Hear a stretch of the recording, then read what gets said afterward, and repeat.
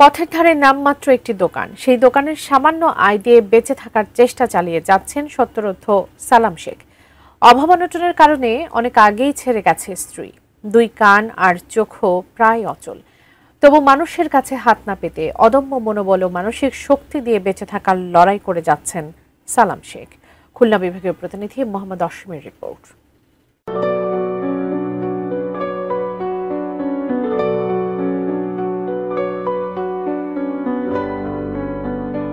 খুলনার ডুমুরিয়া উপজেলার চাকুন্দিয়া গ্রামের সালাম শেখ। বয়সের ভারে নুয়ে পড়া জরাজীর্ণ শরীর। মাত্র 2000 টাকা পুঁজির ছোট্ট দোকানটিই তার জীবনযুদ্ধের হাতিয়ার। 11 বছরের ছেলে ফয়সালি তার একমাত্র সম্বল। এই দোকান থেকে যা আয় হয় তাতে কোনো মতে চলে যায় বাবা ছেলের।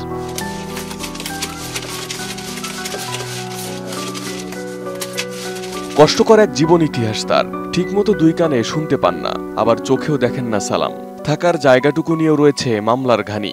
অসুস্থ স্বামী আর সংসারের অভাব-অনটন সইতে পারেননি স্ত্রী, অথচ সেই স্ত্রীকেই সব দিয়েছিলেন সালাম। তবু 6 মাসের সন্তান ফয়সালকে রেখে তাদের ছেড়ে চলে গেছেন তিনি। সংসার পেতেছেন অন্যের ঘরে।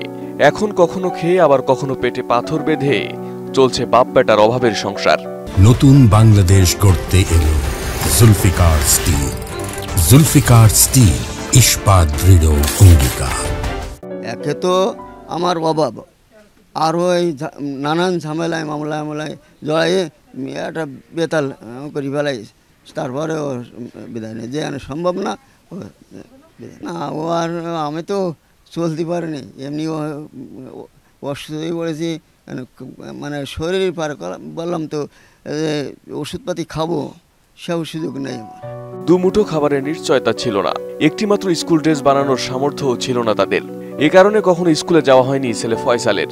সে দেখেনি মায়ের মুখ। টাকা পয়সা নেই তো লেখাপড়া কে করবো? সকালে ভাত খেয়েছি, দুপুরে ভাত খাই না, এখন রানবে তারপরে খাবো।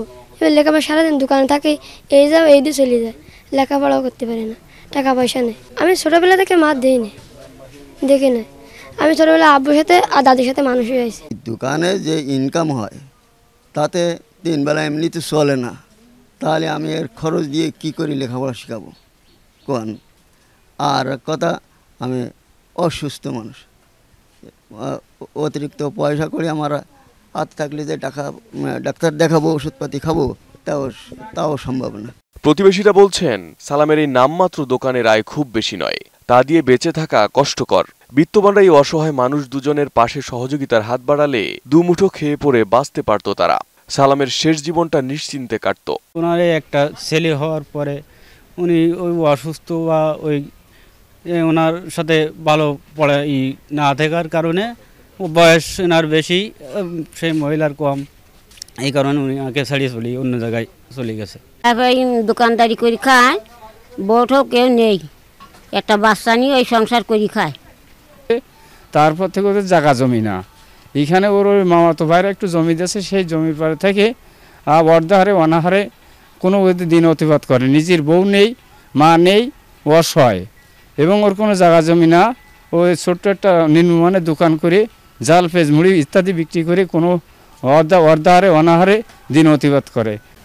আসলে উনি খুব অসহায় মানুষ, অসুস্থতার কারণে উনি ভালোভাবে আসলে সংসারটা চালাতে পারে না।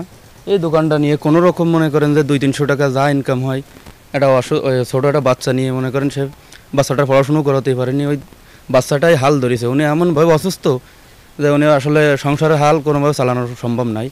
এই বাচ্চা দিয়ে আর উনি দিয়ে, দুইজন দিয়ে মনে করেন এই দোকানটা চালায়, খুব নিম্নমানের দোকান, এটা দিয়ে মনে করেন যে সংসারটা কোনো রকম চলে। দৃষ্টিশক্তি আর স্ত্রীকে হারালেও মনোবল হারাননি সালাম। ছেলেকে নিয়ে কোনো রকমে বেঁচে আছেন। সমাজের বিত্তবান ও হৃদয়বান মানুষদের সহযোগিতায় স্বস্তিতে ফিরবে সালামের শেষ জীবন, এমনটাই প্রত্যাশা সবার।